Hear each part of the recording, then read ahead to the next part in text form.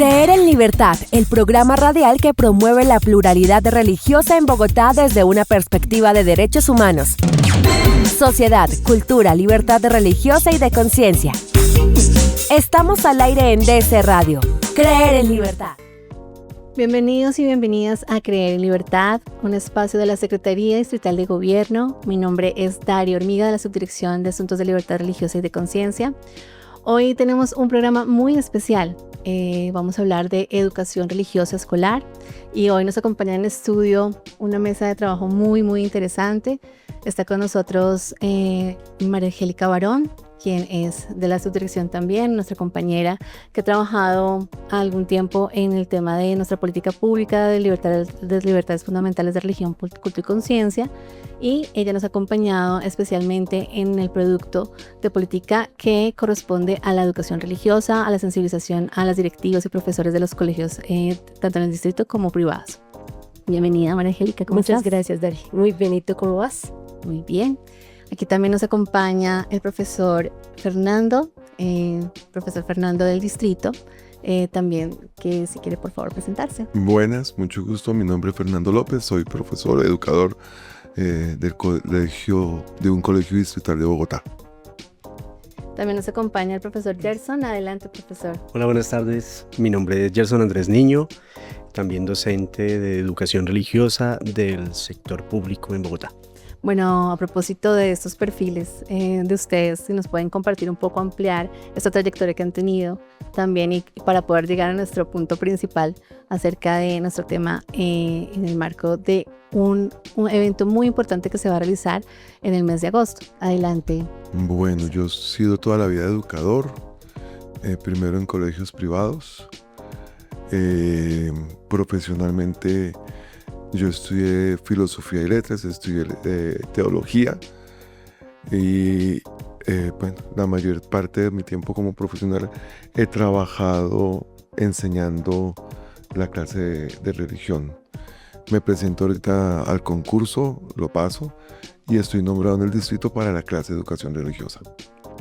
Excelente, profesor. Profesor Derson, adelante. Bueno, yo soy licenciado en educación religiosa de la Universidad de La Salle.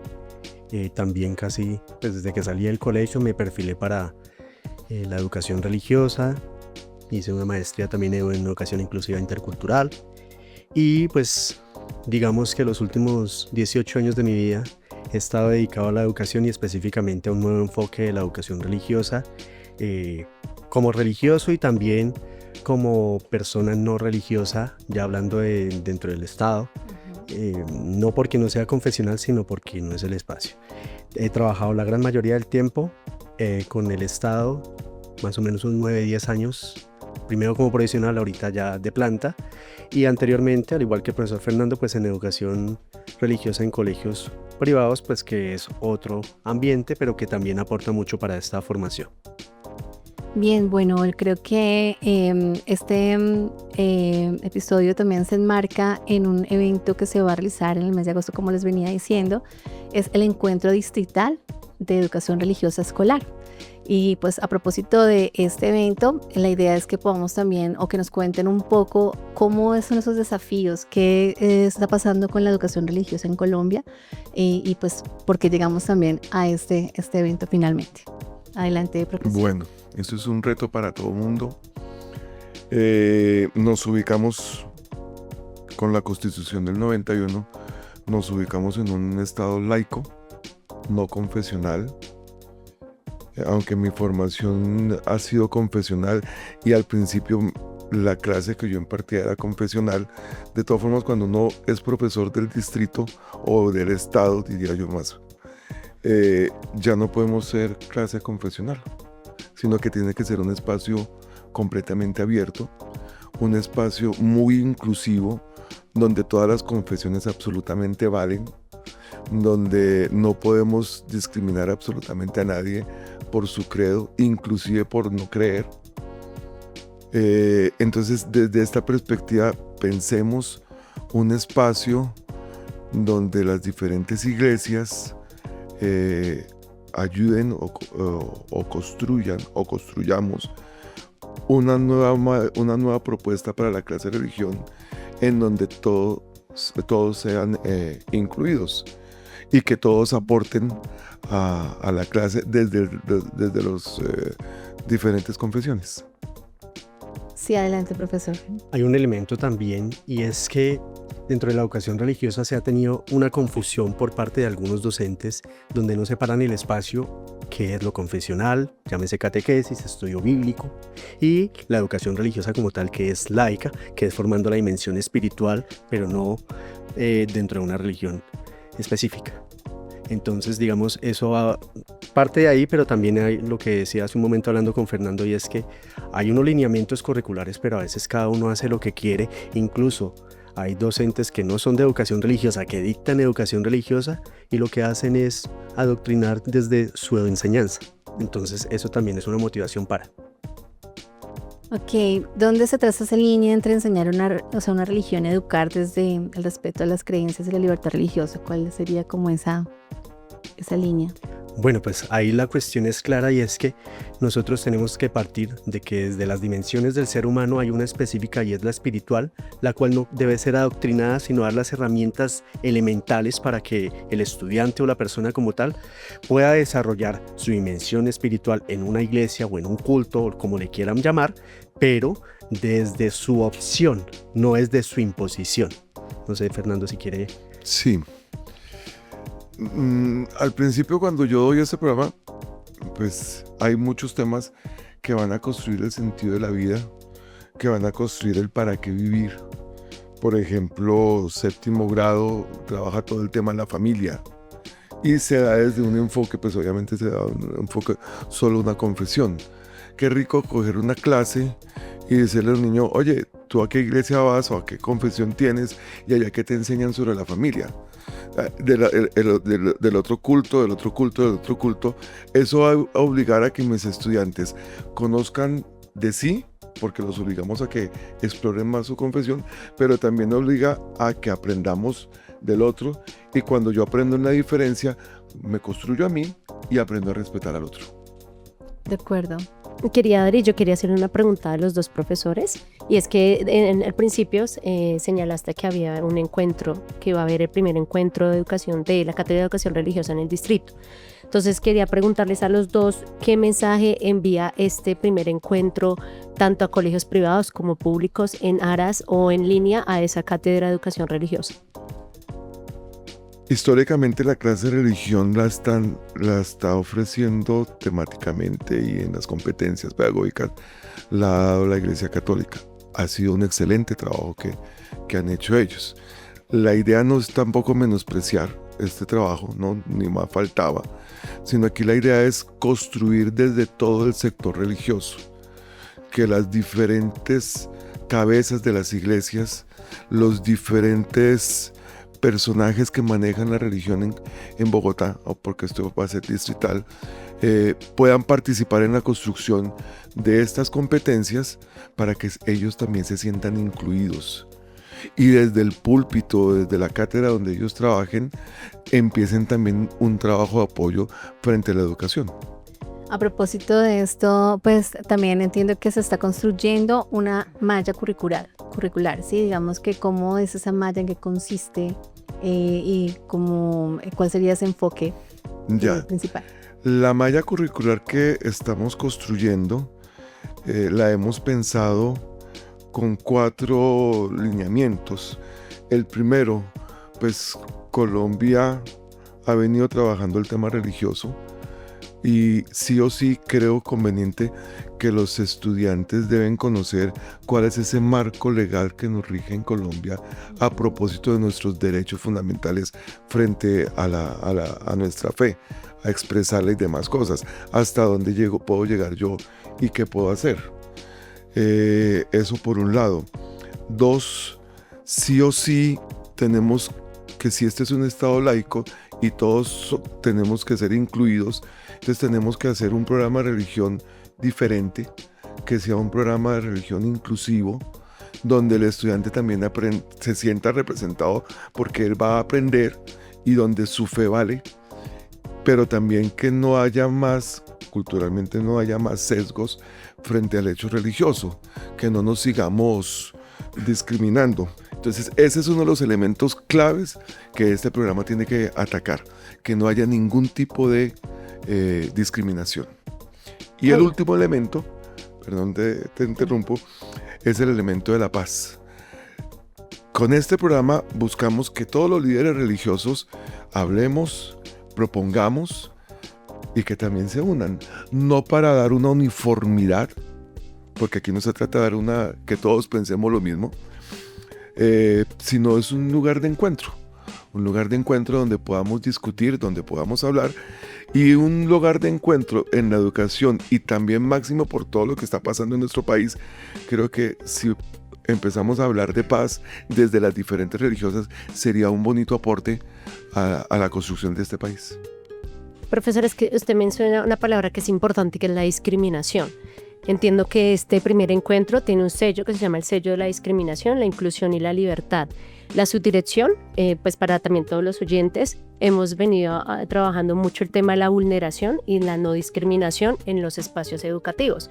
Uno de los productos que tenemos nosotros en nuestra política pública libertad religiosa aquí en la ciudad de Bogotá es sensibilizar a las instituciones educativas y a los docentes y administrativos para que también como docentes garanticen esa no discriminación en los colegios. Entonces yo le pregunto, ¿a qué le apuntan con este primer encuentro en esa línea de la no discriminación? Bueno, este sello lo estamos gestionando. Yo sé que el Partido Mira es el autor intelectual de esto. Le dice a las diferentes empresas, usted quiere contratar con el Estado, demuéstreme que en su empresa no existe ningún tipo de discriminación.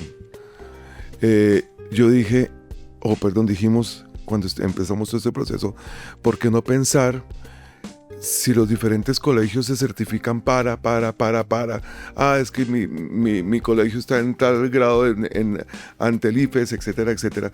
¿Por qué no pensar en un sello que los colegios puedan sacar, que lo coloquen en su papelería, que hablen de que aquí en esta institución no se discrimina a nadie? Y mucho más por la parte religiosa. La idea es coger este sello que está afuera y traerlo o hacer una versión única y exclusivamente para la educación. ¿Y qué se espera del impacto hacia los colegios de este sello? ¿Cuál sería como esa proyección? ¿Qué se espera? Que hagamos una cultura de inclusión, que hagamos una cultura de respeto por la diferencia, que hagamos una cultura donde aprendamos por la diferencia y que aprendamos a respetarnos, eso es todo. Sí. Profesor Gerson, también se ha planteado una mesa permanente de investigación en educación religiosa. ¿Cuáles son esas problemáticas o por qué llegan a esta conclusión de la necesidad de hacer esa mesa? Bueno, básicamente ya nos lo decía Fernando, y es que si bien la Iglesia Católica Romana hace un énfasis con los distintos programas que ofrece y que finalmente son transportados para el Ministerio de Educación y a nivel nacional, muy bien por ese trabajo. Bueno, ¿cómo hacemos también para que nosotros miremos la realidad del aula, miremos la realidad de los estudiantes, la realidad de los docentes en las instituciones y podamos hacer algo que responda realmente, no solo desde la malla, sino también con lo que se está buscando del trabajo de inclusión y no discriminación desde el sello que está planteando Fernando? Por una parte eso. Ahora también, porque tenemos que ser conscientes, y es que una cosa es que exista el área de educación religiosa y otra es que se desarrolle dentro del aula, ¿sí? Empezando ahorita, Fernando decía religión, después educación religiosa, ¿sí? Y nosotros sabemos, y ustedes como periodistas también lo saben, que el lenguaje es performativo, pero también el lenguaje es influyente. Cuando yo digo la palabra religión, entonces ya estamos hablando desde una en específico. Por eso hablamos de educación religiosa, que es en todas las áreas y que está involucrando a diferentes personas, que valga la redundancia o la expresión. Hay docentes de educación religiosa no creyentes en una iglesia específica, y entonces eso hace que no pueda. No, por el contrario, desde la mesa de investigación lo que planteamos es no solo perfeccionar o seguir trabajando en la malla, sino que también se desarrollen guías, talleres y todo el contenido necesario para que cualquier maestro de educación religiosa pueda desenvolverla en su aula y también pues que esa experiencia sea de cierta manera retroalimentada a nuestro trabajo que hacemos desde la mesa, para que sigamos produciendo, para que los frutos de esta mesa se beneficien no solo los estudiantes, no solo el distrito, sino que pensemos en algo más grande y no de una sola iglesia. Yo le quiero preguntar entonces a los dos profesores, entiendo que hay una mesa de investigación y va a desarrollar unos componentes o unas líneas aparte del... No, Todavía no está. todavía no existen ni lo del sello ni lo de la mesa de investigación. Es una propuesta. Estamos gestionando como propuesta y mirando la viabilidad para poder realizarla. Lo que pasa es que si estamos proponiendo un camino, hay que darle las diferentes herramientas a los profesores para que desarrollen más asertivamente ese camino. Entonces, esa mesa de investigación, en primer lugar, tiene que explicarle mejor todos los estándares, tiene que emitir material, guías de trabajo para el aula, que el maestro, venga, nos están haciendo esta propuesta, pero ¿cómo cojo la cosa? ¿De dónde me agarro? Entonces la idea es generar un espacio virtual, para que allí podamos colgar toda una serie de materiales que los maestros puedan coger. Ahora, esta idea más, yo sé que por ejemplo ustedes desde la subdirección han querido hacer un estado del arte sobre las religiones en Bogotá. Pues oiga, ¿por qué no de pronto unir fuerzas de tal manera que haya una investigación seria sobre el hecho religioso en Bogotá? ¿Qué iglesias hay? ¿Qué líneas doctrinales tienen? Si hablamos de cristianismo, hay varias líneas. Venga, estas iglesias, ¿dónde las ubico? Estas otras. Y eso va a favorecer mucho la investigación académica, tanto escolar como universitaria. Y creo que va a ser un bonito trabajo para que construyamos donde en Bogotá, cómo estamos como religiones. Bueno, sí, adelante, profe. Qué pena, Fernando, meto la cuchara ahí. Y también es una cuestión de posesionar nuestro área, ¿sí? Porque primero miremos lo que mencionaba hace un momento. A veces docentes, por completar cargas horarias, es el que va a terminar dando educación religiosa, y lo que termina haciendo es catequesis o estudio bíblico, ¿sí? Depende de su creencia. Uno, eso, posesionarla frente al docente como tal, que incluso nos hablan, no la tengo aquí presente, pero hablan sobre el perfil de la educación del docente de educación religiosa, ¿sí? Y nosotros que hemos pasado por el proceso de selección para la educación religiosa dentro del distrito, pues tiene que ser alguien que sepa del tema, alguien especializado, incluso a veces se sabe que es por cuestiones, bueno, no mencionarlo, pero que llegan a dictar este área y que no favorece realmente a los estudiantes por esto. Ahora, también dentro de esa posición es que el área no es solo educación religiosa, la de relleno y ya, como en muchos espacios se da de que pues no pasa nada, religión, no pasa nada, y hay que plantear que es un área fundamental y es un área de promoción, ¿sí? Y tenemos que cambiar esa mentalidad, empezando por los mismos maestros, de que no es un área de relleno y no cualquiera la va a dictar. Posesionamos nuestro área y tiene la misma validez que matemáticas, tendría la misma validez que español o cualquier otra, y sin entrar en discusiones, porque no es ni el espacio ni el momento, pero podríamos decir que incluso más significativas que otras áreas, y que evidentemente otras personas no la pueden reconocer, pero que va a formar realmente al ser dentro de sus dimensiones. Profe, yo sí quería darle la razón. Nosotros hemos estado en los colegios y en colegios distritales, y en algunos entiendo que es una área obligatoria según la ley 115 del 94, en el artículo 23, si no estoy mal, habla de las 8 o 9 áreas obligatorias, y está esa área todavía. Pero en los colegios en distritales hemos encontrado algunos donde han omitido esa área, y lo que han hecho es complementarla con la área de ética, que es otra área aparte y que también es obligatoria. Pues cuando uno va a consultar a los rectores, el miedo siempre es porque no saben cómo abordar esa cátedra de educación religiosa, o sea, no hay unos lineamientos claros. Aparte, pues sí hay uno que es la circular 21 del 2023, que expidió el viceministerio, si no estoy mal, de educación, y que la reconfirmó la sentencia ahorita, la última, la T357 del 2024. Que esa tenía que conocerla todos los colegios distritales a nivel nacional, distritales y también colegios nacionales, ¿no? Entonces es muy importante lo que menciona el profesor Gerson, en aras de que también los colegios entiendan la importancia de todas las áreas obligatorias. Sí, mira un dato un poco histórico. Cuando yo era niño, yo recibí clase de educación religiosa, ética y moral. Okay. Antes de la reforma educativa, posterior a la Constitución del 91, el decreto 1860 me habla que la clase de educación ya no habla de educación religiosa, ética y moral, sino habla únicamente de educación religiosa. Y la separa y abre una nueva cátedra de educación ética y moral.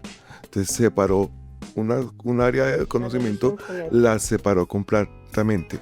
Si uno mira unos años para atrás, algunas entidades, algunos colegios estaban buscando un espacio donde, oiga, yo no me quiero meter con el problemita de la religión, pero sí tengo que formar a las personas en su parte moral. Entonces, hagamos la clase de ética. Cuando entra esa reforma del decreto 1860, pues las separaron, pero las dos son obligatorias. Así es. Sí hay algunas alternativas y por ahí salió un decreto, no me acuerdo cuál es el decreto, que permitía que los colegios, si yo tengo un estudiante que no quiere tomar la clase porque es clase católica o es clase X o clase lo que sea, y yo como papá no estoy de acuerdo en esa clase, pues yo paso una carta al colegio donde se le exime de la nota, más no se le exime de que no esté de pronto en la clase. Eso sí salió aquí en Colombia. Sí, es un decreto del 2015, si no estoy mal, que sí que menciona que debe haber un plan alternativo de educación. También lo refuerza esta circular, si no estoy mal. Sí. Pero lo que se sigue pues dando es que no hay una construcción de un plan alternativo y pues no debería, es mi opinión personal, no debería haber un plan alternativo si el colegio respeta la pluralidad religiosa, ¿no? No debería verse, porque estoy hablando de religiones, no de una religión en particular. En este proceso es muy pertinente este trabajo, porque aquí ya no se va a trabajar en ningún momento una confesión específica, sino todo lo contrario. Pongamos unos problemas y analicemos desde las diferentes perspectivas para que todos crezcamos. Y en ese orden también, ahora, ¿qué competencias puede desarrollar un estudiante en este momento, con base también en esta propuesta de malla curricular?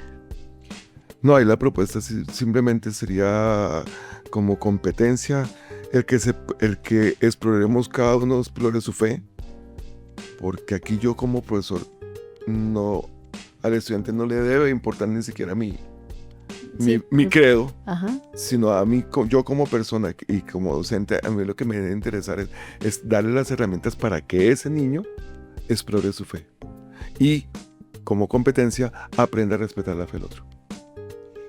Bien, pues ya finalizando, ahora contémosles a nuestra audiencia cómo es ese proceso entonces que queremos hacer. Entonces, lo primero es que se va a desarrollar, o ya se tiene más bien, una propuesta de malla curricular, ¿correcto? Sí, se tiene un borrador con todos las competencias para todo el bachillerato. No va a ser por periodo, sino está abierta, porque ahorita en este momento la tendencia es que los colegios adquieran solo 3 periodos, pero hay colegios que tienen 4 periodos académicos. Entonces aquí se está trabajando por darle las competencias para todo el año. Ya el colegio determinará, yo trabajo solo 3 periodos, pues aplico o acomodo eso a los 3 o 4 periodos que sean. Y la idea es que los diferentes cabezas de iglesia, con sus delegados que están encargados de la educación, puedan hacer los aportes a este trabajo. Ok, adelante, profesor. Un elemento, pues, yo con Fernanda me conozco realmente hace como 1 año y medio en todo este proceso del nombramiento, y Fernando ya venía trabajando esa malla. Eso no es un trabajo que a Fernando se le ocurrió, venga, pongámoslo y distribuyamos, no. Eso ya viene de reflexión, incluso pues no está hoy aquí Monseñor Holman, que también trabaja desde esta parte. Llevan no sé cuántos años trabajándola. ¿Cuántos? Pero esto no lo menciono para elevar el ego del profesor, sino lo hago es sencillamente para que pensemos y para que también, como las cabezas de iglesia la van a revisar, no es que vengan y desbaraten todo lo que ya se hizo, porque ya hay avances significativos interreligiosos dentro de esa malla, ¿sí? Ya se han hecho aportes, como les digo, yo el año pasado trabajé un poco con Fernando esa malla y este año en la construcción y modificación la hemos revisado varias veces y no es que partamos de cero, hay un trabajo muy avanzado en esa malla, de tal manera que no es dársela para que hagan una nueva, sino es enriquecerla, porque pues entonces el trabajo tomaría otro sentido, se extendería y pues perdemos el rumbo de lo que queremos, ¿ya?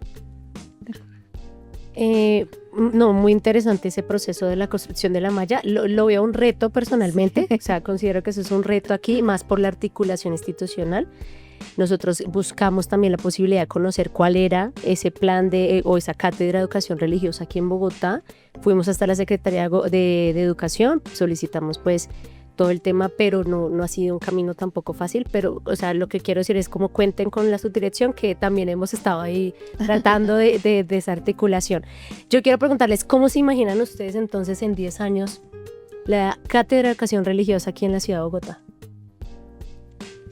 Bueno, pues personalmente yo imagino ya un área que es respetada dentro de la institución como cualquier otra, porque lo que les digo, el sesgo sí es a veces amplio en las instituciones, donde el estudiante no busque eso que hablábamos ahorita, una opción diferente, sino que se enamore también de la educación religiosa, que diga, uy, sí, vamos a tener educación religiosa, que incluso se pueda llegar a la comodidad como otros colegas proponen de que no, saquemos educación religiosa y démosle esa hora tal, no, antes, ¿por qué no le damos una hora más a educación religiosa que haga que este espacio sea más significativo, que ayude a que los estudiantes realmente construyan desde lo que se ve en clase elementos que son básicos, no solo para su vida, sino que en el momento que vaya a la iglesia o al encuentro religioso donde quiera estar, se sienta a gusto, se sienta cómodo y pueda también hacer la confrontación, porque si bien queremos que el área sea posesionada, también queremos que el área dentro de los DBA, derechos básicos de aprendizaje, y dentro también las competencias que se manejan,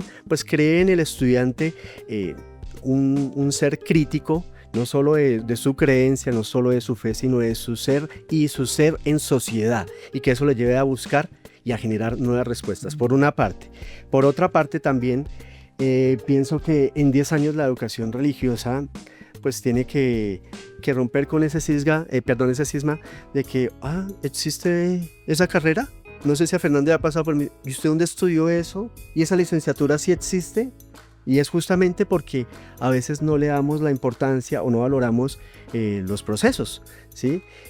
Yo no me quisiera imaginar en otros ámbitos donde las personas que no tienen conocimiento sean los que están impartiéndolo, y no es, vuelvo y lo digo, no es por subir el ego nuestro ni nada, sino pues que de cierta manera nos preparamos y retroalimentamos nuestras prácticas, es para esto, para generar nuevos resultados que sean de impacto para la sociedad y no simplemente dentro de la institución o algunos grupitos pequeños en iglesias, sino que sea a nivel nacional. Y bueno, pues por supuesto que con el éxito y el aval de todas las iglesias también podamos en 10 años estar presente esta malla en todas las instituciones del país.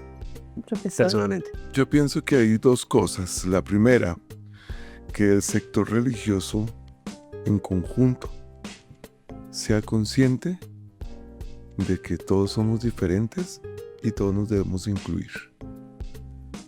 Que el trabajo no es de una iglesia que presentó un proyecto, sino el trabajo es de que todas las iglesias. Y que eso sea no para uniformar, sino un proceso para que todos trabajemos por un bien común. Cada uno en su lugar, pero que todos trabajemos para un bien común. Ese sería un punto. Y lo segundo, yo pienso que en los estudiantes debe ser un momento de encuentro. Un momento de encuentro donde yo ratifique mi fe, donde yo ratifique y fortalezca la fe que me ha dado la herencia de mis padres, pero también un encuentro donde el otro piensa diferente a mí. Y cuando yo, en esa diferencia, yo pueda aprender. Entonces va a ser una cosa mucho más enriquecedora. De acuerdo, bueno, pues ya para concluir, queremos agradecer mucho a los profesores Fernando y Gerson, a María Angélica, por este espacio y también pues que queremos que les haga la invitación entonces a nuestra audiencia para que revisen la malla. Adelante, profesores. Aquí sí le pedimos a todas las cabezas de las iglesias que por favor aporten en la construcción de este trabajo, siéntase incluido en este trabajo. Regálenos esos aportes para enriquecer y para construir el hecho religioso de Bogotá, para construir unos estándares, unos saberes específicos frente a la clase de educación religiosa, y donde cuando usted aporta, todos vamos a aprender, todos vamos a ganar.